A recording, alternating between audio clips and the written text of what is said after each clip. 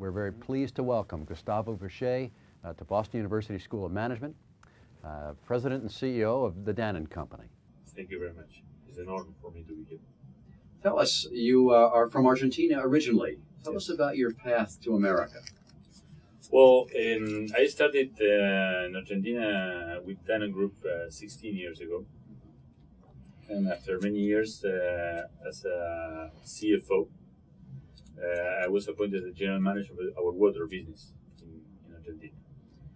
And it was a short experience, very, very dynamic, very exciting, because it was in the moment of the peak of the crisis in the country. Then I moved to Brazil. In Brazil, I stayed 5 years. And was probably our biggest market in terms of opportunity, but the most challenging one. So after doing the job in Brazil, I was And that was invited. in the water business also? No, that was in the dairy dairy business. Then I was invited to come here to the U.S. So you came to America how many years ago? 3 years ago. 3 years ago. Interesting. And you mentioned you started out as a financial person and then moved from counting the money to trying to make the money. Yes. How would you contrast those two experiences of being a CFO versus being a general manager? Well, after being a general manager, I realized that it's completely different life. That the reason why I did the transition was because as a CFO, I always interact a lot with other functions in the business.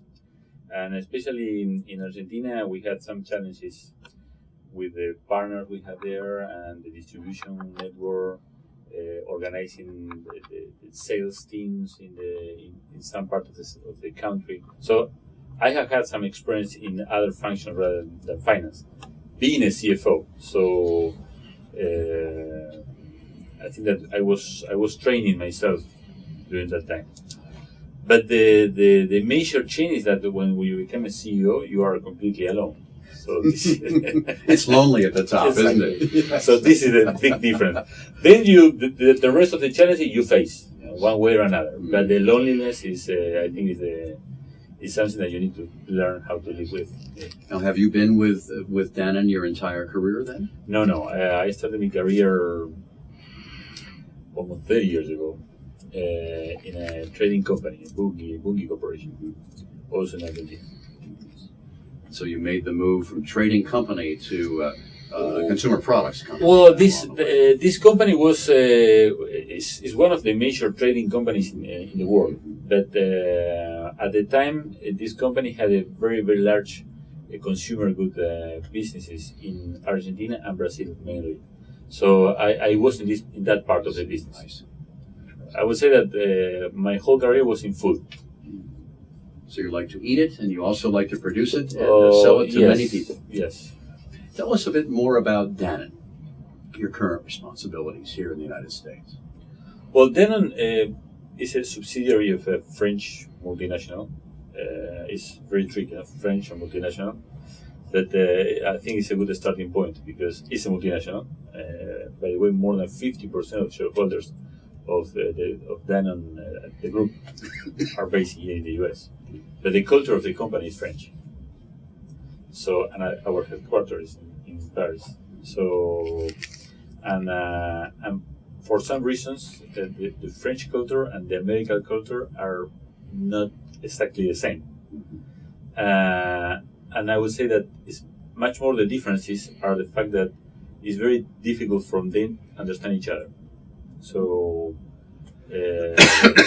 Dannon in the US is a company that even is the largest operation of Dannon worldwide. It's a company that was always difficult for understand for the French company. And the way it was born was a little bit by accident. So one of the founders of the company escaped from the war, the Second World War, and opened yogurt business here in the U.S. and named Dannon. The name is written differently from the French one. Spelled differently, isn't it? It's Yes. Danon in America, Yeah. and Danone is the parent. Yes. The name is a Spanish name or Catalan name, but the person that founded Danone in the U.S. When went to the market to understand how to make some advertising about the product, understood that the phonetic of the Spanish name in English was challenging. It was Dan one. Oh. So they changed the name. Had to make an adjustment. Yes. Exactly to the phonetic be similar to the Spanish and the French one. So Dannon came to the States in as a 1942, product. yes. 1942. And at that time, yogurt was a new product for America, was it not? Yes. It's still a new product for America.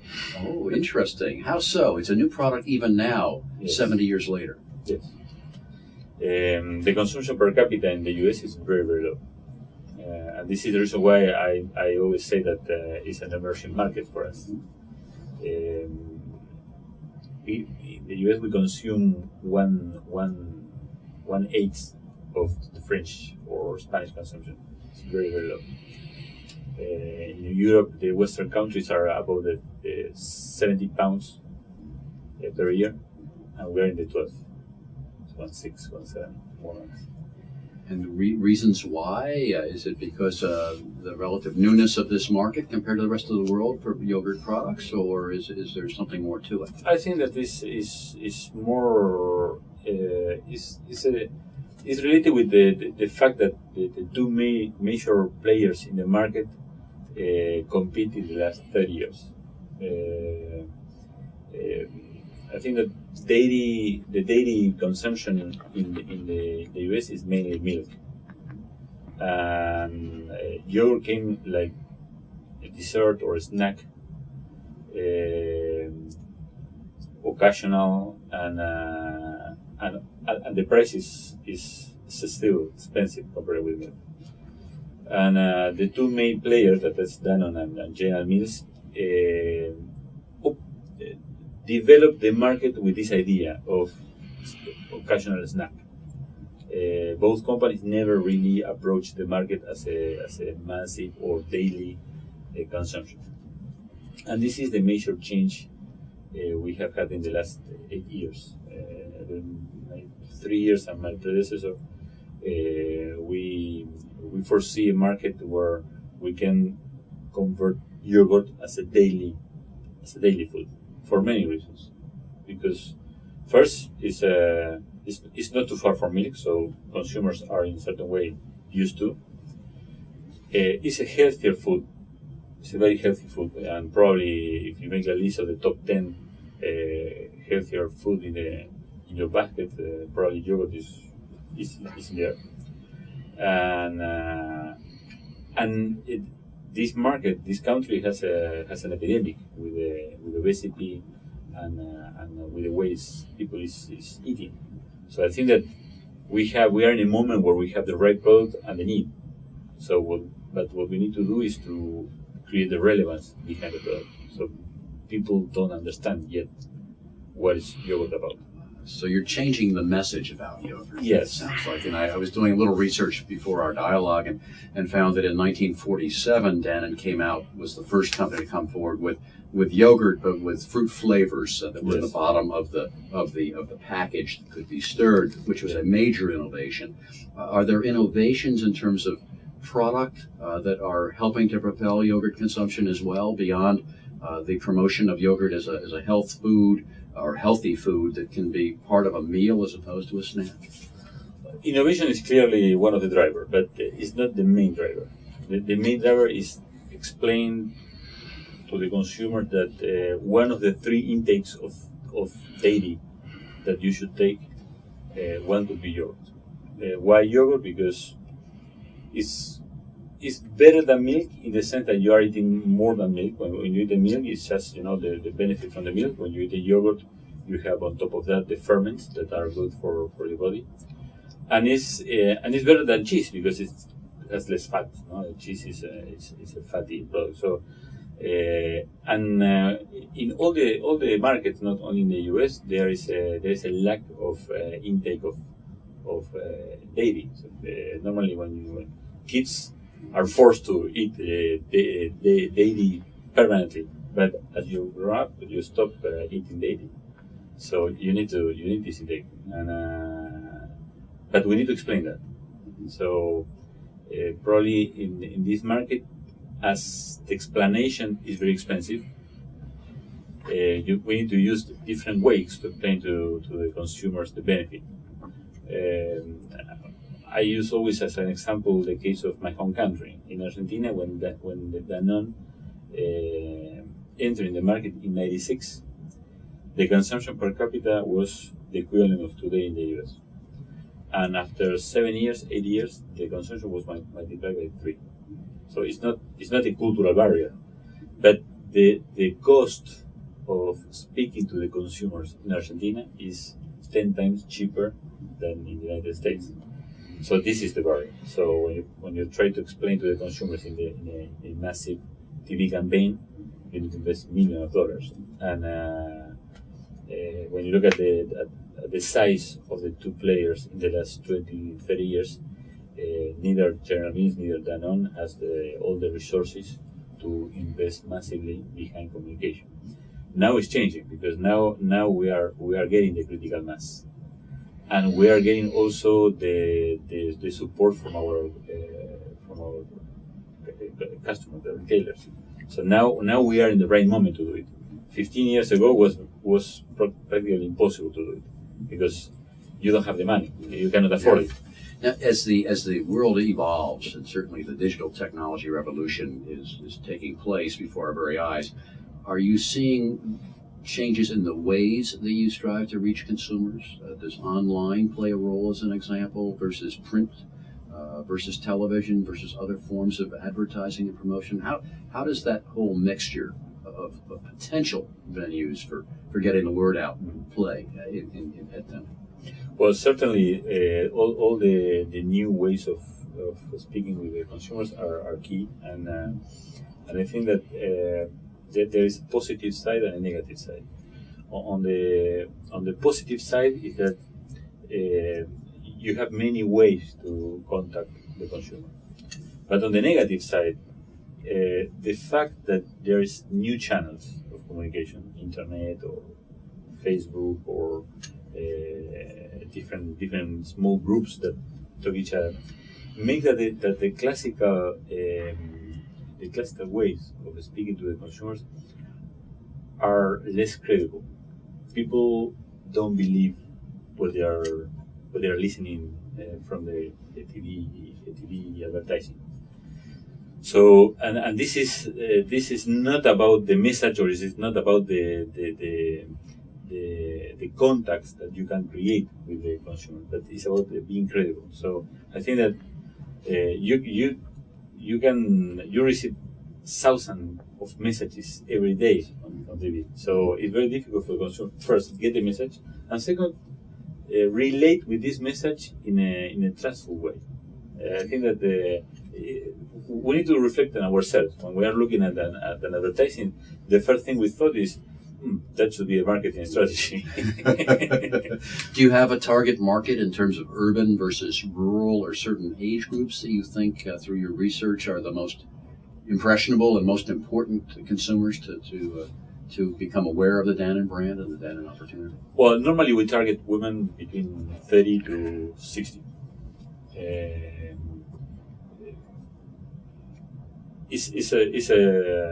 It's a way to make our communication more efficient, because it's the primary consumer of yogurt, and in most of the cases is the person that decides at home about the purchase. So normally in our kids brands, we can do some advertising for kids, but at the end of the day, who's going to take the decision is the mother. So we need to target, we need to prioritize, and a woman 30-60 is the main target. And urban versus rural, or doesn't matter? No, it doesn't matter. It doesn't matter. It doesn't matter. I think that probably matter, but it's not in in the top priorities. When you look at the consumption, the coast has a higher consumption than in the Middle West. So there is something between urban and not urban, but we cannot segment target because of cost. It's a matter of cost. It's not a matter of matter or none. Stonyfield organic yogurt is a relatively new addition to the Dannon family. Yes. There seems to be a revolution going on in yogurt, the Greek yogurt, the more substantive yogurt, shall we say, creamier in texture. How has that come about? Do you see this being a short-term fad, or do you see yogurt really moving, the business moving predominantly into that variety, if you will? Well, I think it's moving to that variety. I think that the type of yogurt we have in the US is not necessarily the same kind of yogurt that you have in the European countries, where the consumption is higher. Normally, in the Eastern European countries, Russia, Romania, Bulgaria, Greece, Turkey, where the product is coming from, the product is more thicker, more creamy.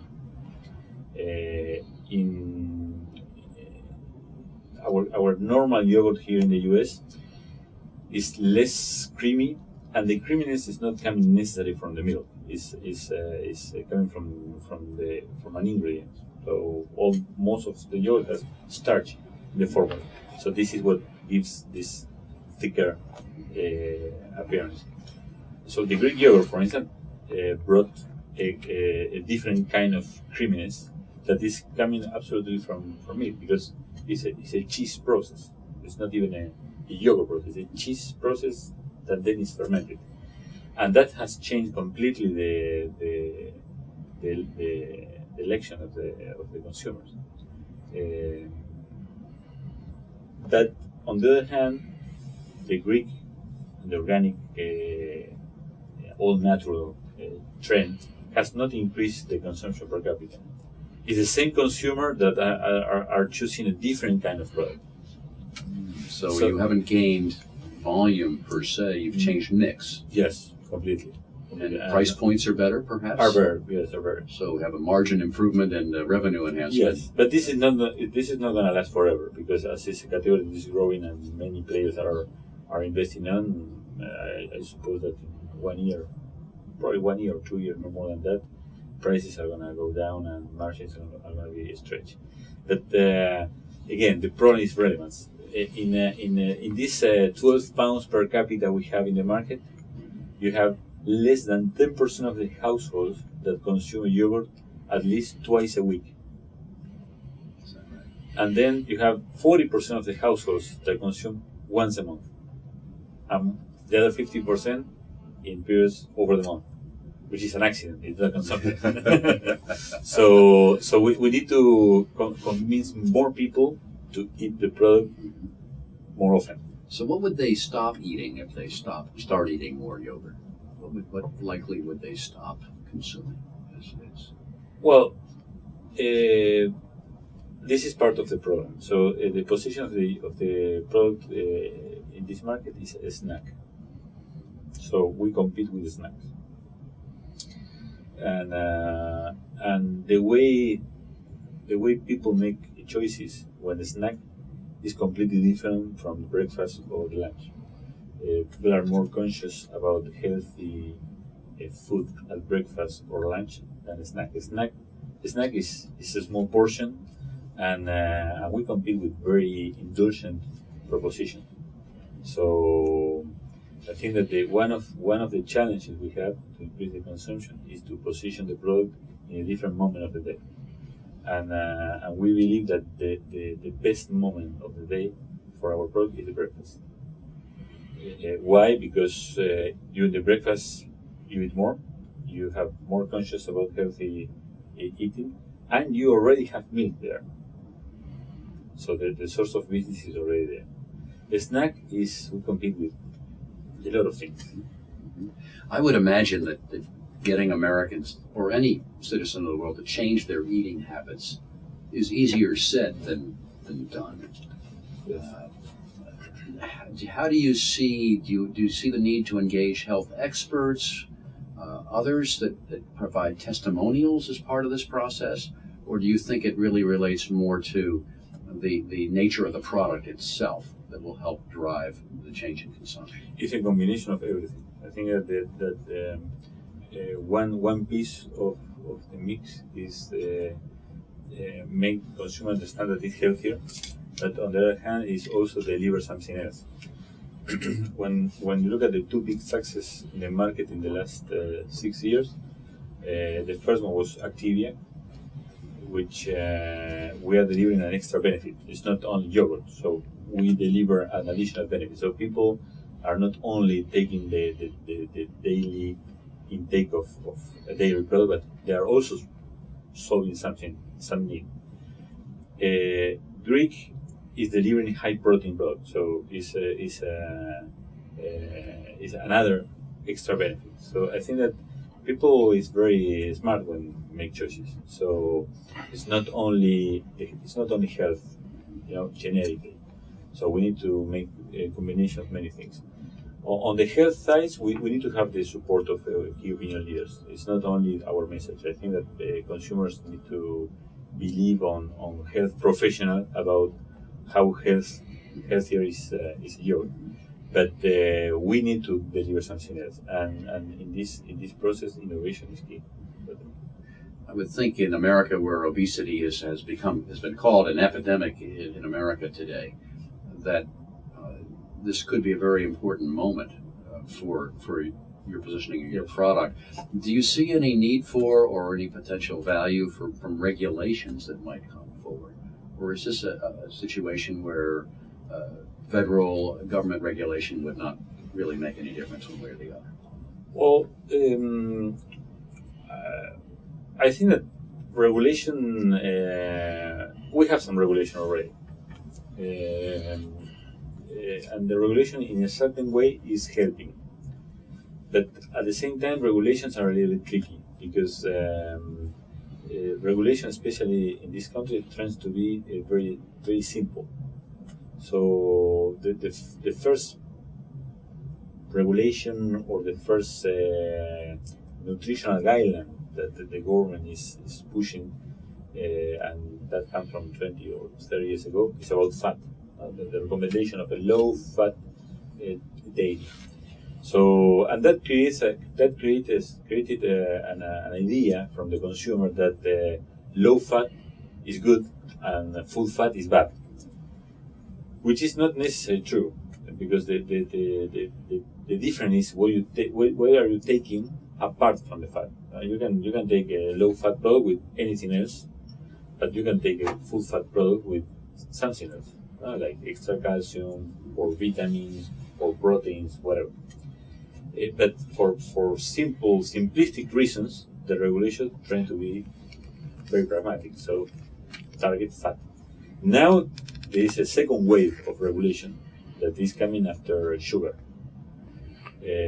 So now everybody in the government and the key opinion leaders on the health area are pushing to reduce sugar content, carbohydrates. And it's the same story. You have very high sugar content products that they have nothing apart from that, but you also have a high sugar content product that has something else. When you compare soft drink with even a high sugar content yogurt, the difference is completely different. It's huge because you have the same amount of sugar in both, but in the other one you only have carbonated drink, and in the other you have calcium or vitamins or protein. So, but the regulation is very difficult for them to address these topics. So I think that on the positive side, fat and sugar create the awareness of a healthier lifestyle, and it change habits in the way you eat. So we need to take advantage of that, and we need to play with the rules. Certainly, we need to over the time we need to reduce the fat and the sugar in our products exactly for that. Not necessarily because they're bad, but because we need to follow the trend. Well, I would imagine that just having the ongoing conversation that now is quite prominent in America about obesity is an important tailwind for you and your business as you take it forward, which is wonderful. You mentioned earlier, Gustavo, that you've lived in many countries around the world in your career. How would you compare how business is conducted in the various countries, maybe moving perhaps beyond the Dannon business per se to a broader question about how business is conducted as you think about the various countries you've lived in? Are there differences that are subtle or very important that you might want to share with us? Well, there are some big differences. I think that, my experience is in Latin America. So I know a little bit the business in Europe because in a certain way I'm in a European company that I share with my colleagues experiences. But comparing, for instance, with Latin America, I think that the fact that those economies are seen by itself as an emerging economy, everything is to be challenged. So you can really challenge everything. So there are no rules in the good sense, no? That people is open to change the game. Then you have on the other side that in those countries, not everybody plays with the rules. So the ethical part of the business is much more challenging because you need to protect the business from that environment. Here in the US, it's exactly the other way around. So the ethics in business is very high. So you don't need to worry about that. But the market players are very close in the mindset, are not flexible. And this is the other reason why I said that we are in emerging markets. So, and a good example is the conversation I had with our teams in the company. So, in a category that is completely underdeveloped, we cannot be satisfied with 5%, 8% growth. And when I speak with my colleagues that we are growing at 5-8%, they say, "Wow, this is great." I go, "It's not great.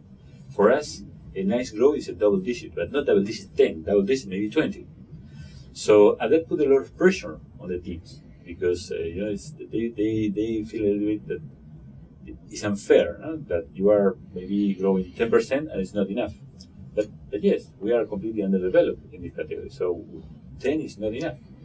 So for people understand this different mindset is a little bit more challenging here. Treating America as an emerging economy, emerging market, then enables you to provide additional motivation, shall we say, then, for your organization to think outside the traditional parameters, to not accept average performance, but to go that extra mile. Yeah. Fascinating. You mentioned earlier also that you've been through a number of different types of jobs in your career. And as you think about your career, is there anything you would do differently if you were to do it over again? Oh, certainly. Yeah, sure. Well, I think that I should have taken the decision to move to a business type of position earlier. Even though I was promoted as a general manager when I was 38, I know that speaking about age is not common in this country, but I can. I am a foreigner, so I can say it. So I moved to this position at 38 years old. Was fine, but I think that I should move, or I should push myself to move in that direction earlier, because I really enjoy what I'm doing. I rediscovered myself when I was appointed CEO. As you look to the future, do you see yourself as a professional leading general manager for the rest of your career, or do you have other interests perhaps later on? No, I don't see my rest of the career, the rest of my career as a CEO. I have other interests. Mm-hmm. Yes. Well, I'm coming from the public system in my country, so my family didn't pay $1 for my education. So I have this feeling that I need to give something back. Could be in my country and in another place. That I think that at a certain point of my career, I need to retribute what I got. So the type of job I have today is push hard every single day by the market. So performance, growth, profit, cash flow. So I think that at a certain point of my career, I want to go more on the quality part of what I can deliver rather than the quantitative. Very interesting. We have but one life to live. We might as well pursue our dreams, mightn't we? Yes. As you think about the time of day and evening and weekends when perhaps you're not fully at work, although in today's electronic world we're at work 24/7, so those moments where perhaps you're relaxing a bit, what do you do for fun and relaxation? Well, I have two hobbies. One is sailing, and the other one is music. So, depending on the season of the year, I choose one or the other. So now it's time of music. Music. Are you a performer? I play guitar. Play guitar. Yes. Wonderful. Have you played professionally? No. I'm very shy also, so I play with my voice. That's in a very small audience. Oh, isn't that wonderful? Gustavo, it's been a delightful conversation. Perhaps we could end with a question that is on so many people's minds as they pursue their careers, and that would be when they see an individual who has had obvious success and tremendous impact in their profession, as you have. What advice would you give for students coming out of graduate schools and undergraduate schools today as they enter the world of business? What advice might you have for them, or lessons you might share with them as they move forward in the world? Well, I think that